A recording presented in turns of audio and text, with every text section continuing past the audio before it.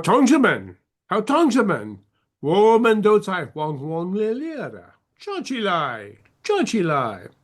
Welcome to the 286th edition of China Now with your gang of two. Nan Su, who is the senior investigative reporter for Epoch Times, and yours truly, Michael Olson, who long ago was dissuaded from being a China hand by the great helmsman himself, Mao Zedong. Each week, Nansu and I look out across the broad expanse of the Pacific Ocean from our home port at SantaCruzVoice.com, and we ask, China now, friend or foe, war or peace? Ni hao, Nansu. Hey, good morning, good afternoon, good evening, depending where you are. Well, Nansu, President Trump went to China with the intention of winning. We have had a few days to consider whether he did win, whether Xi Jinping won, whether they both won, or whether nobody won. Should we begin with considering the intentions? What did President Trump intend to win with his face to face with Chairman Xi? Yeah, I think that Trump's visit to Beijing is going to go down to the history as a textbook case of peace with strength. So it is one of the biggest diplomatic victory. It's going to be like that in the history book. Well, there's a lot of people in the mainstream press who don't seem to think so. They seem to think that Trump got his hat handed to him, and on the way out the door, they seem to think that Xi Jinping won because Trump was seemed to be supplicating to the great chairman. How do you respond to those Well, media pundits? depending on what you look, right? If they are look only, put their vision on how much beams and beef or aircraft that Trump sold to China, uh, that's one thing. But if you look at, what Trump did, Trump's goal. You don't need American president to go to make a trip to Beijing to sell American farm and agricultural product. Right. Those are the byproducts, right? Now Trump went to Beijing. The most important part is to defend the peace at the Western Pacific. It's very important. Now, now Trump before Trump even this is not a single diplomatic event standing alone. First of all, you have to look at from the beginning of this year. We had a military operation in Venezuela, and then we had a military operation in the Middle East. So that two together. So basically, um, make Trump has all the strong cards. China has been buying U.S. oil ever since the beginning of April. Average like somewhere between 500,000 to 700,000 barrels a day. So April alone, it's like China purchased like about 18 million barrels of United States oil. Uh, Now that gave China think about this. China is not an energy independent country, and you only have 3.5 months of strategic oil reserve. Now that they are buying the way they're buying U.S. oil, that just means they are panic. I'm not sure if people notice that the traffic in the Panama Canal in the last month dramatically increased. Why? Because all the oil tankers went to Gulf of America and they load up with oil and then they have check. So basically, they have to travel back and forth, Through the Panama goes. Canal. Of Yeah, course. you have to. The news says you have if you want you have to you either have to wait for a long time to go through it, but if you want to cut into the line, which is allowed, you pay average over $200,000 for a slot. Now, the question is who gets the money these days? because Well, that's another question, right? yeah, it is. Of course, Because who Panama. does control the Panama Canal at this Well, we point? control it, but I don't think we get the money for Yeah. for that. But we probably can have Panama government to cough up a little bit to pay for the military base of United States over there. And The presence Panama, of yeah, and military. Panama itself is part of this strategic contention of which you speak with respect to Xi and President Trump working things out. Because Canal, the United States essentially took it back from China's control last year. That's right. So now that with all that, Trump make his trip to Beijing, right? So I think the successful part of Trump's visit in to Beijing is he actually made Xi Jinping agree that Iran cannot have nuclear weapon. You saw that they are sitting side by side, Yes. in Zhongnanhai, the Chinese leadership compound, and basically Trump just say, last night me and Xi Jinping talk to each other, and President Xi, he used president, I use chairman, okay, so I think I'm right, he's wrong, okay, so President Xi, that's what he said. President Xi agreed that Iran cannot have nuclear weapon. So I Now, think, was that in the readout though, none too? Because I know that that's what our side said, or the President's Trump team said that that agreement was made. But did the Chinese side say that that agreement was made? okay, I think the agreement was made during the conversation between Trump and Xi Jinping. That was the When mano a mano they in at talked to, Changnan. yeah, they talk to each other alone. And Right, then, Trump want that to become public record. So in the last day before Trump, and his team went to airport and come on their way coming back to the United States. Just before that, Xi Jinping hosted a meeting, basically, uh, both U.S. team and China team sitting in Zhongnanhai. Zhongnanhai is the leadership compound of right. CCP, right?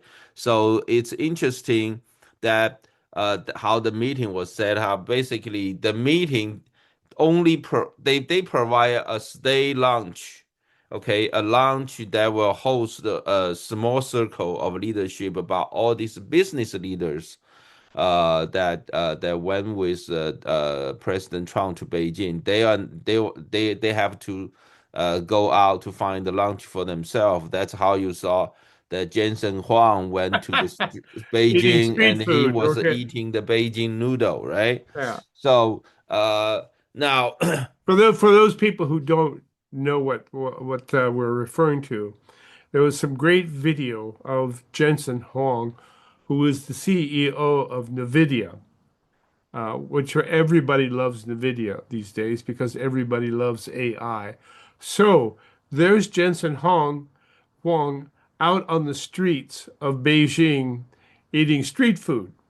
yeah. He bought some Beijing 炸酱面, right? It's a kind of a special made noodle that put a very heavy taste sauce plus some specially made sauce and plus some vegetables and meat. So you stir them together and then you put in the noodle.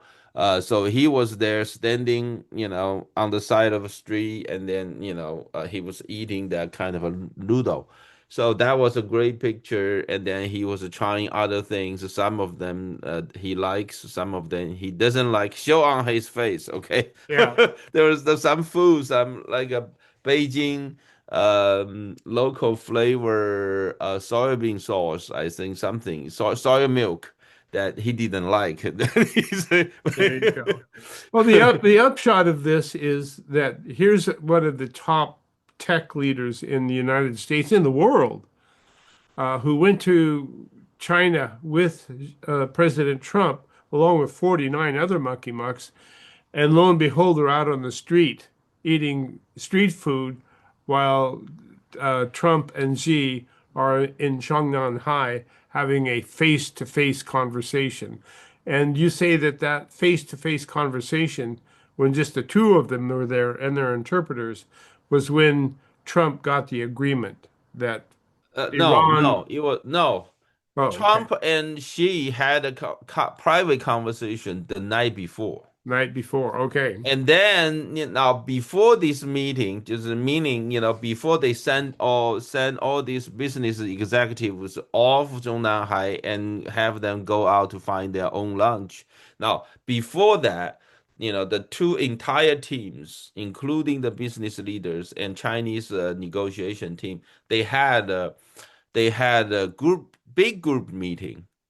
Now, before the big group meeting, that there's a press over there. The press over there, that Xi Jinping and Trump each gave their talk. Now they're sitting side by side on sofa, and now so they talk, and when they talk to the media, they talk about something that their discussion of the previous evening when they were alone to each other.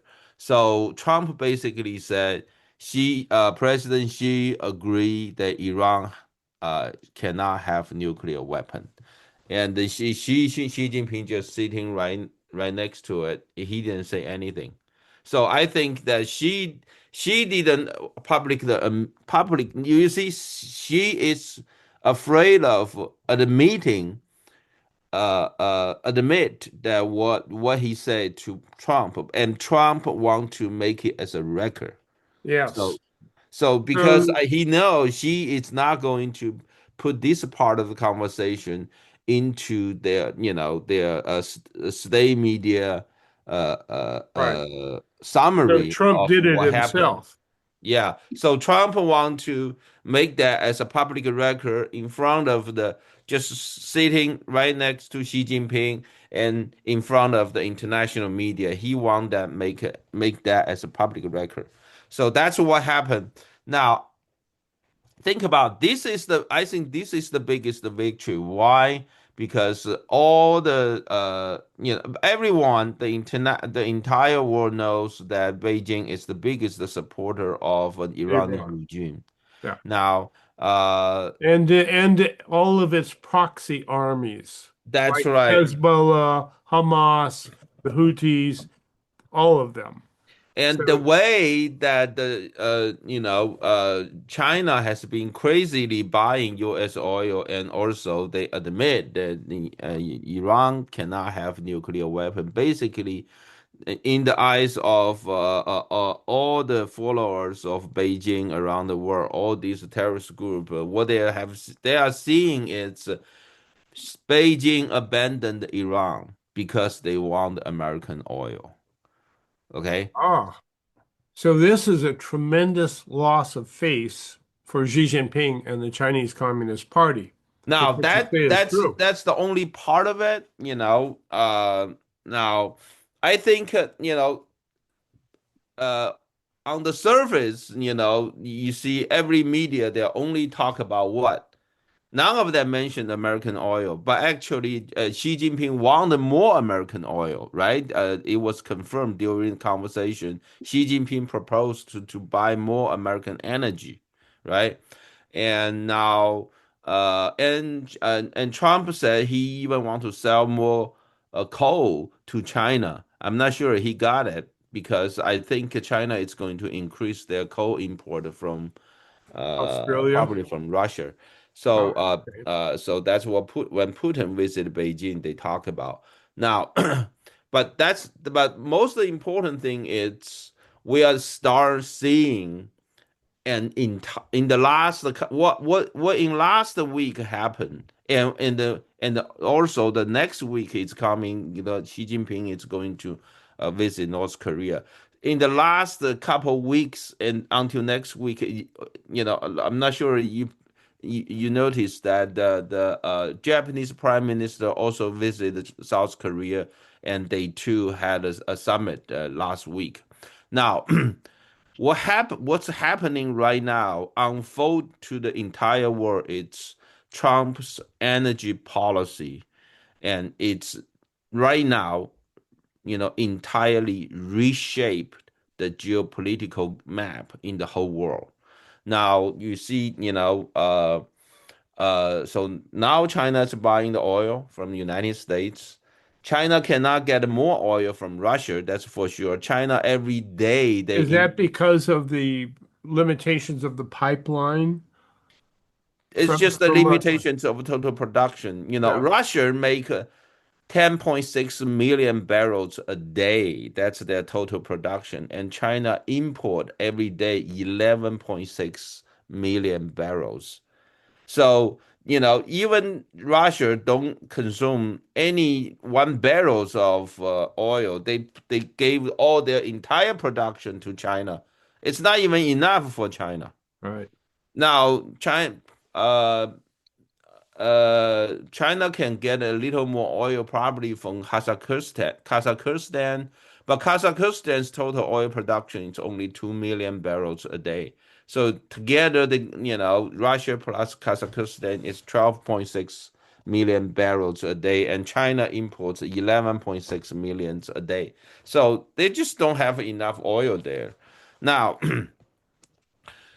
now you can see the entire, not just China changing, they are buying American oil, but also you see Taiwan used to buy, rely on their oil 70% from Middle East. Now after the Iran military operation by the U.S. military, now Taiwan 60% of the oil are from United States, you know. So the Taiwan's ship is also joining the big line of convoy and going through the Panama Well, Canal, right? everybody who relied on the Persian Gulf for their oil now has to find oil from someplace else Yeah, yes. because So that's why I think all of a sudden you see, Trump start slow down his speed in the Middle East. He is not in a hurry.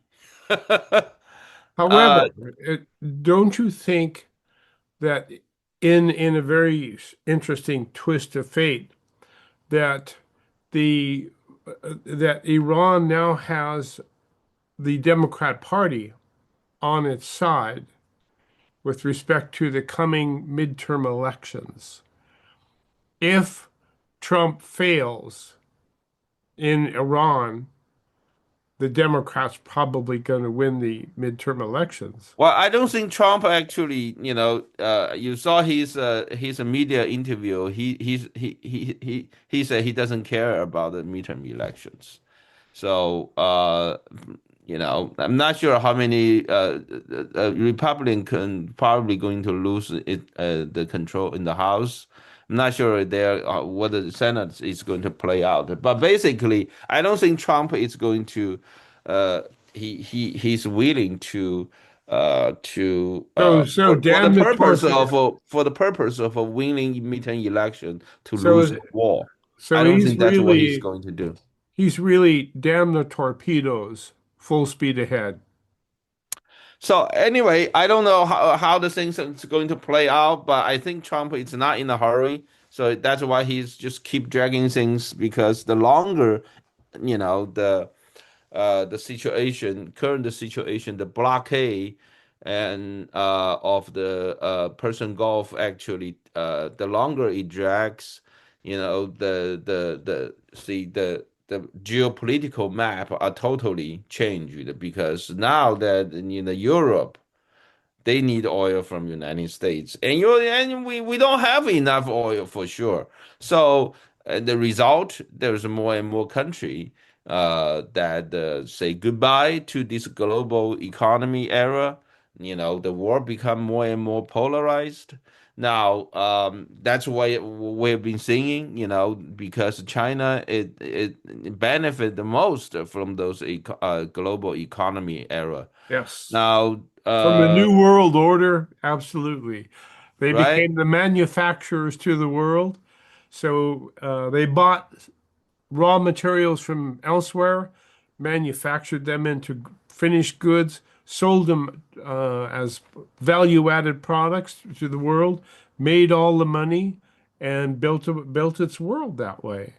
Yeah, so now that the oil production is coming back to the United States, we have the greatest military power and we are energy efficient.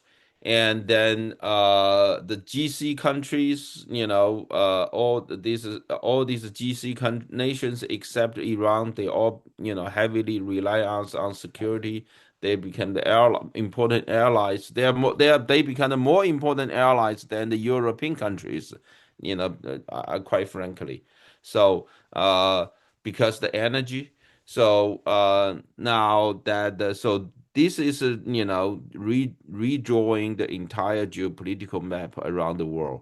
So I think so that's what See, Putin just visited Beijing, and Putin actually just left Beijing yesterday. You know, uh, he only stayed in Beijing for a day. I guess just because the ongoing war. Now he brought five deputy prime minister with him. So and then I think the most important part of his visit, that what they're talking about, it's also energy.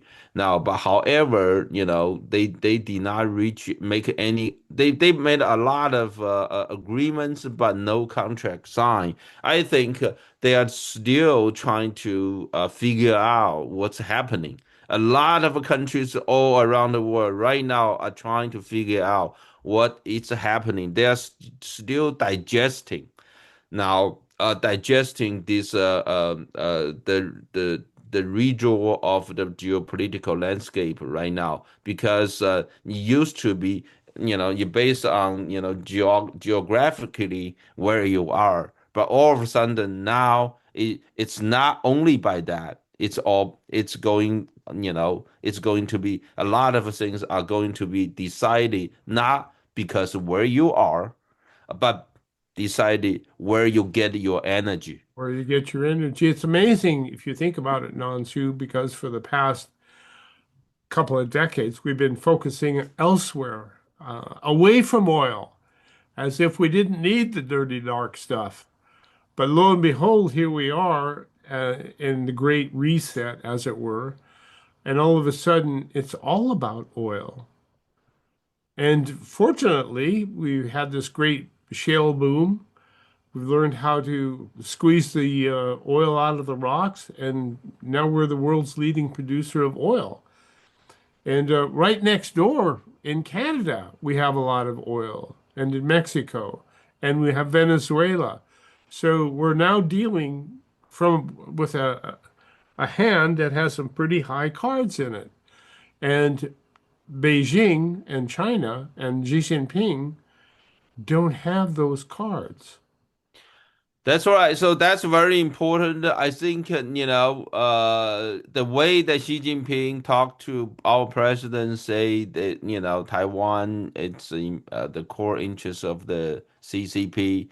I think Xi Jinping is trying to make that statement, not because he doesn't know that what's the challenge facing him, but because Xi Jinping's biggest is Trump, successfully, you can see he is basically redraw the geopolitical map all around the world, while Xi Jinping basically through the meeting with Trump by sitting right next to our president, what Xi Jinping trying to get is an image that he's a world leader, which will pave the way for him to continue his fourth term in. And that's exactly where I wanted to go after this coming break, Nansu. It seems to me that President Trump gave President or Chairman Xi Jinping a great shot at a fourth term.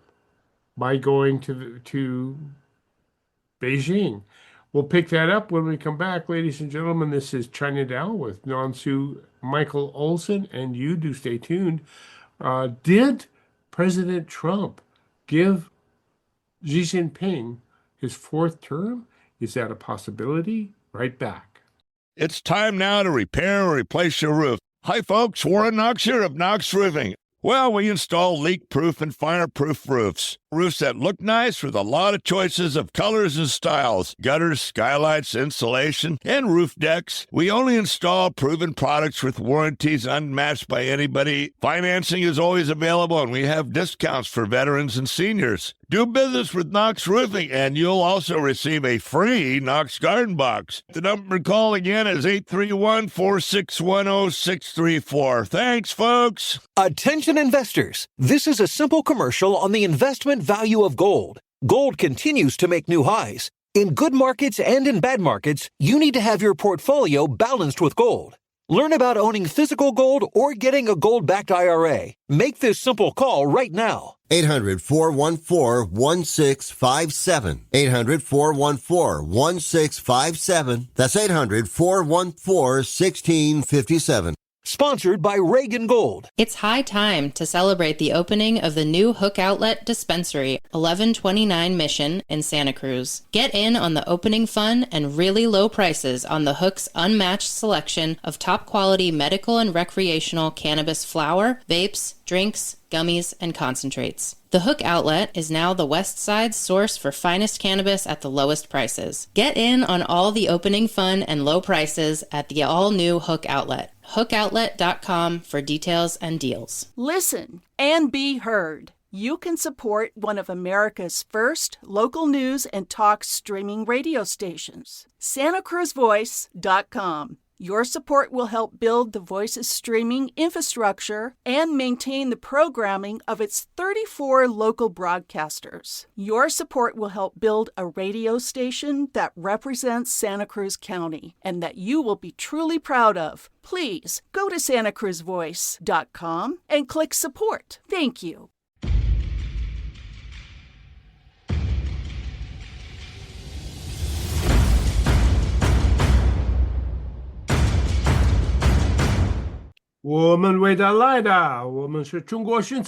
With your gang of two, Nansu and Michael Olson. President Trump went to Beijing, and boy, things are cooking all over the world. Everybody's scrambling about, as you said, trying to figure out what's what. But one of the big things that happens, in my estimation, is that Xi Jinping now looks like one of the two leaders of the world. President Trump, President Xi Jinping. And as such, he has a real leg up going into the Party Congress next year in a bid for a fourth term. He's like the Franklin Roosevelt of China. So did he not get a big boost from President Trump in his effort to win a fourth term? Well, I think Xi Jinping is going to continue on his fourth term with or without Trump's visit to Beijing. Doesn't matter. Uh, the way that Xi Jinping it goes so blindly, his wolf warrior diplomacy, uh, kind of like looking by the whole world stupid. A lot of people want to replacing him. It's because seeing his behavior, the Western world feel uncomfortable because basically Xi Jinping's behavior means the total failure of last 20 some years of Western world's effort led by U.S. government try to dumping the money to China, so make the political change. It's a brutal failure. That's what make them uncomfortable. I'm not Yeah. feeling uncomfortable. I'm seeing Xi Jinping is leading, it's speeding up the process of CCP's total collapse.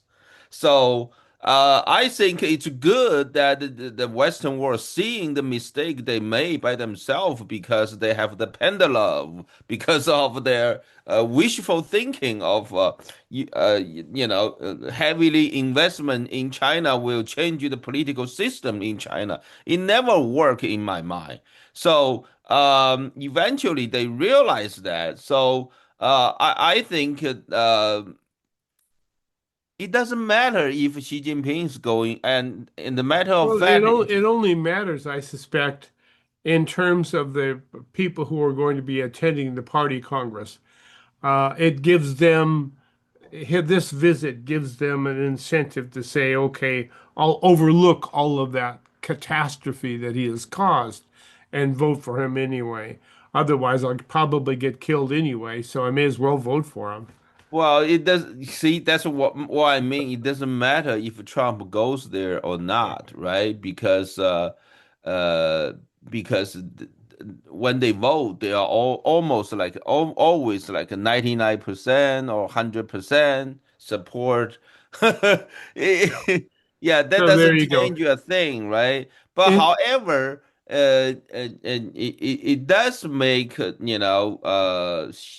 Chairman Xi his force continue his fourth term more convincing to his own party. that's That's for sure. But I don't think it's a crucial factor for him to continue into his fourth term. The way he controlled the regime, all the standing committee members of the CCP, of the political CCP Politburo, basically just it's basically that's it. He's going to continue. He's going to be continued until he's 150 years old, right?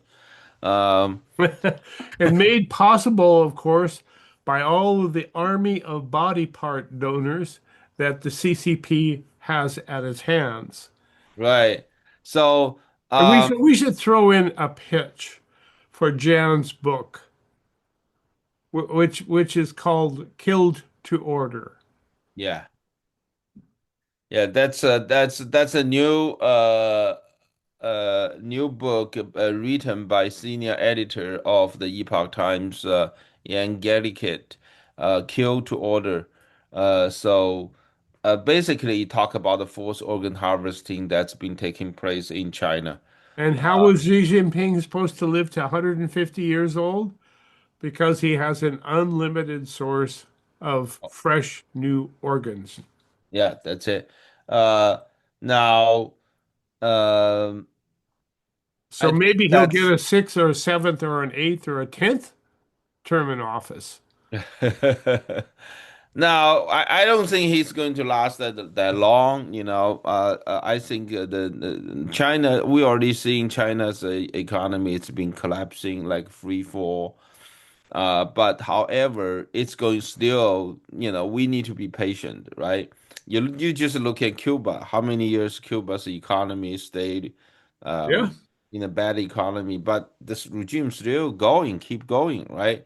So we need to be patient. So the first priority is always to defend the peace, and that's why President Trump went to Beijing and met with Chairman Xi, Mhm. so that we basically have keep China engaging uh, to promote trade and economic relation, which is to help stabilize the environment in the Western Pacific. I think all these efforts are very important. Now, What if it, let's look at this as a contest of face. The Trump goes to Beijing. Who came out looking best, Trump or Xi Jinping? it depends which angle you look. There's a lot of people who who just personally don't like Trump, and then they purposely all go to say I don't know. That's their problem. It's not my problem. Trump is not going there Yeah, because Trump can never win with a certain segment of our population or of our population's press. It just he's not going to look good to them no matter what he does. He it could doesn't matter, probably right? he It could doesn't probably matter. cure cancer one day, and the next day they would be out there on the streets with their red flags waving, saying, "We want cancer. We want cancer." That's probably how much they hate Trump. But from the world's eye, I think that Trump was really brave in going there because he didn't need to in for any reason that I can see. But Well, no, I think it's necessary. It's like you remember Reagan? Reagan talked to Soviet Union leader, yeah, right? So as a leader of the Western world, you just have to do that. You just have to brave enough to face the challenge. Um, and Ronald Reagan did it, and President Trump's doing it. yeah, yep. So you remember during President Biden didn't want to go there. Yeah, he didn't. So he basically exhaust all the resources that he sent everybody in his government and in his administration to China, trying to invite Xi Jinping to come to join the 2023 Asian Pacific Summit in San Francisco, right? He sent Secretary of State Tony Blinken, and then Secretary of Treasury Yellen, and then Secretary of Commerce Raimondo, and then he sent Defense Secretary Lloyd Austin. Lloyd Austin didn't go to Beijing, but he went He went to to Singapore. Singapore, right? To meet with China's defense minister. And then he doesn't have anybody to send, so he sent California Governor Gavin Newsom. So to invite Xi Jinping to come to California. Um, so and they met, right? They met They in did. Yeah, they did. and so Xi Jinping knew what our president wanted. President Biden wanted Xi Jinping to promise that the peace at the Taiwan Strait. But however, when after all this effort, they sat down, talk to each other. Then Xi Jinping basically say he want the U.S. government to support China to take over Taiwan. And that's why President Biden was so upset after the meeting. Basically, he came out, bunch of media waiting there. He just say, "Hey, he's a dictator," right? So, so I think that Trump knows the challenge. He need to defend the peace in the Western Pacific, so he had all these energy policy and then military operation in Venezuela and Iran, and after that he made that trip to Beijing, and I think that he trying to find out the political will of Xi Jinping. See, he needs to make a. I think Trump need to make one thing is he want to develop a more trade and economic relation between United States and China because that will, you Yeah. know, If we're trading together, we're working together, we're not yeah, fighting yeah. each other. Right. But in So fact, that we that are. way to it's one way to defend the peace, and another one thing in another thing happened is Trump need to talk to Xi Jinping and find out and have a realistic assessment of the possibility of China invade Taiwan in the coming years, right? I suspect it was a lot like playing poker together with somebody. If you really want to get to know somebody, you have to play poker with them and watch how they play their cards. and see what's inside their mind. And from what Trump has said, Xi Jinping is very inscrutable and very businesslike. He's not one to really care a lot about talking about the weather or anything like that. He's all business. And what better way for Trump to get to know him than sit down with him and play poker, as it were, with everything on the table. So I Yeah, suspect that, I think Trump found basically got what he need. He had a real assessment about Xi Jinping and his regime in the current situation. Not, he went to Beijing in 2017, but that was 10 years ago. Things dramatically changed, no. right? So he needs that. I think he got it, and also he basically made Xi Jinping admit in front of the world, Iran cannot have nuclear weapon. Well, that would be good. I still don't know if it's true from China's point of view. I don't know if they ever fessed up to that admission. But if they did, it's a Hey, major win. it's a, I don't think any commitment from Beijing actually is meaningless. I think the only thing meaningless is in front of the world, in front of the international media. No, Uh, Xi Jinping make that he didn't deny it. So he that didn't was do it. that. He Okay. didn't deny it. I think that was it. Trump want to make a public record, and he did.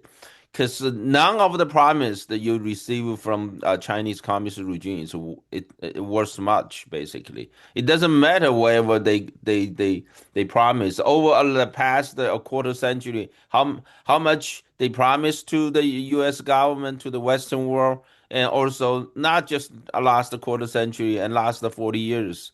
How they made none of the promise they kept. They made, they didn't keep any of the promise they made, right? Just like it's no different than Iranian regime. It doesn't matter what's the words from their mouths, but the way that Right.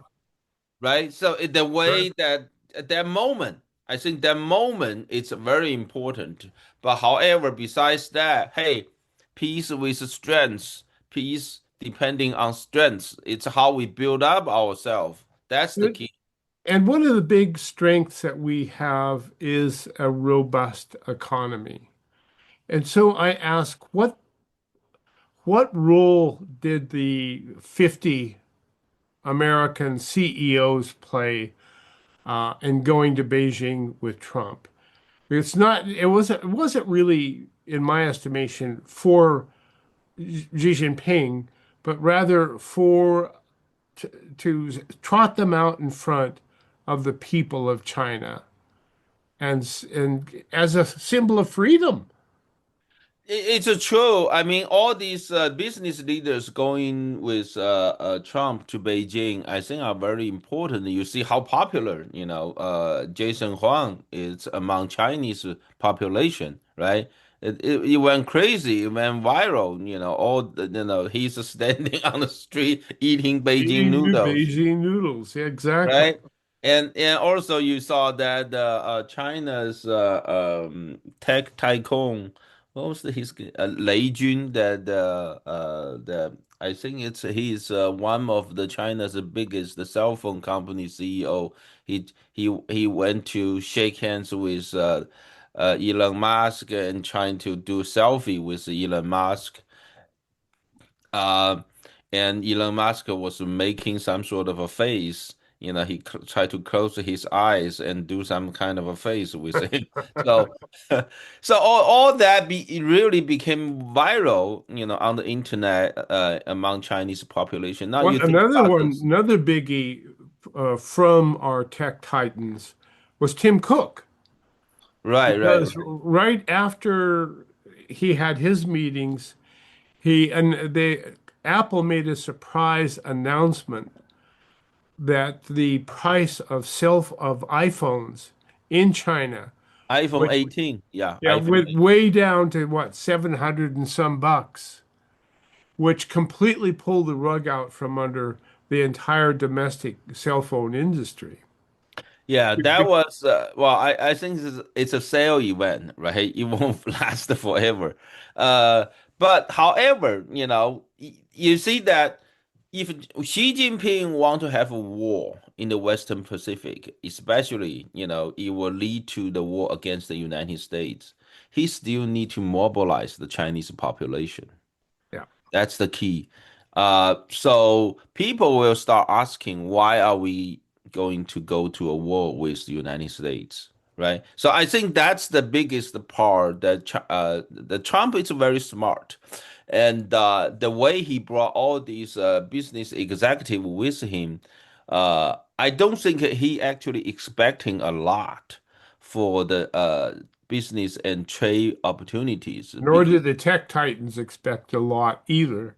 Have well, see, first of all, you look at all these CEOs from Goldman Sachs, from BlackRock, BlackRock. Blackstone.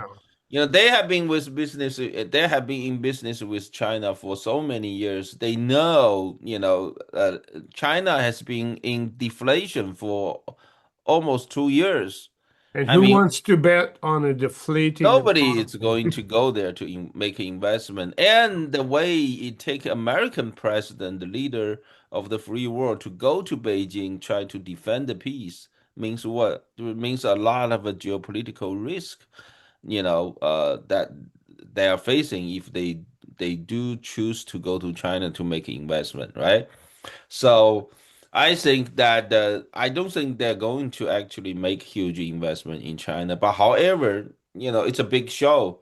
So and also these tech leaders going to China also it's also very important and because Jason Huang want to sell Nvidia chips to China, but now it's the Chinese regime. They don't want it, right? They don't want it. They don't want to buy because they want to develop their own Their own. chips.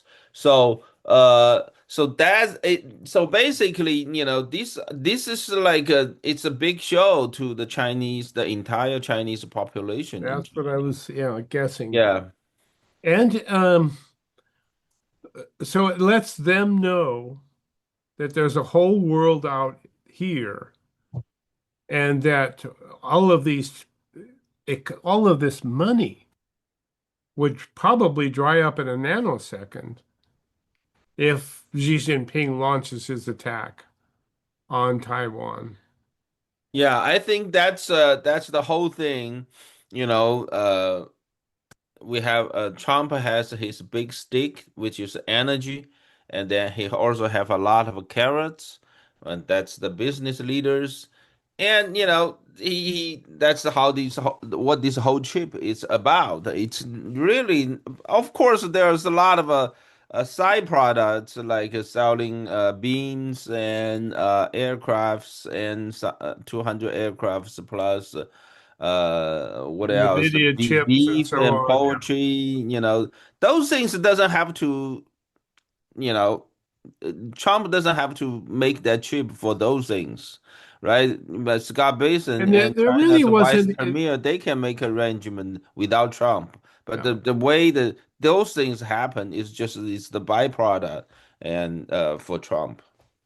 And Boeing is a great example of that, wherein the announcement was made that Boeing will be buying 200 new aircraft from, or China will be China will buying buy 200 aircraft from from Boeing. Boeing. And then it was revealed that, well, they already have 900 aircraft on back order from Boeing.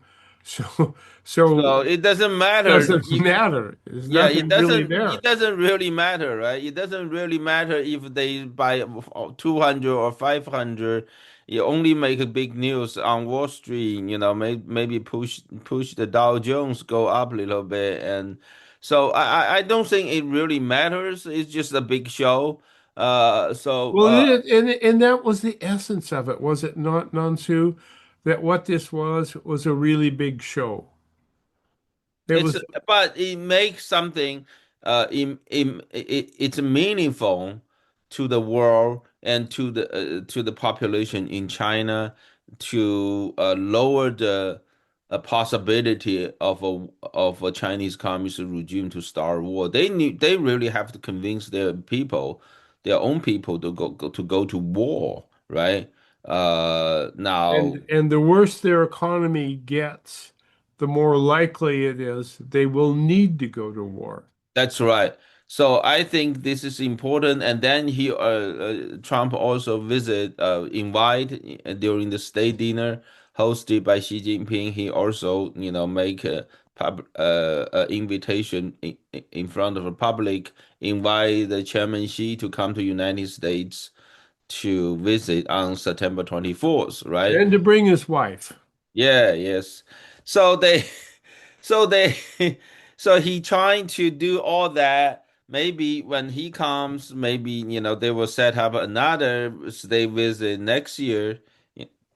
This is important, So you make all these things, so you lower the possibility of a war.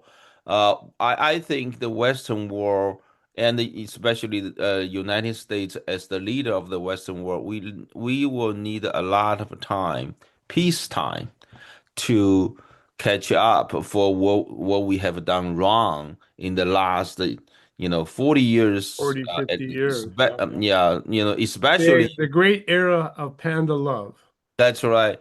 And then especially the last 25 years after we allowed China to join WTO in 2001. So I think, we need lot of time to catch up, to rebuild our manufacturing industry here in the United States, our semiconductor industry, a lot of things, and to bring back the strength of the U.S. economy. I think, it's very much necessary, and I think Trump did it. Which would make it a major win for Trump. Yes, of That course. I mean, China didn't get anything except Xi Jinping have a little more material to convince his CCP comrades that yes, which was he a win for Xi Jinping, well, personally, I a don't personal think win. Yes, the CCP regime gets much, right? So I think that Xi Jinping get a little bit, which he's going to get it anyway, with or without Trump's visit. yes. So I think it's a big it's a it's a one of the biggest diplomatic victory for the United States, and it's going to go down the history as a textbook case of peace with strength. I also think Xi Jinping won a place in the world's mind as the number two, one of two. Hey, let him be, right? Let him Who be. cares, right? It doesn't matter, right? So that's what the CCP leader always cared. They want that image, right? So they want an image. So Well, there it is. That's exactly right. Face, they call it. And yeah. ladies and gentlemen, we come to the end of our first hour here, but our next hour is coming up. And in that hour, we're going to look at the impact of the Trump Xi visit face to face in Beijing on the other countries, the big players in the axis of evil, and specifically Russia and Iran. Still a big play going on in both of those nations, and we'll see what impact Trump has had on those two nations. This is China Now with your gang of two, Nansu, Michael Olson, and you're along as well, and we're happy to have you here. So stay tuned.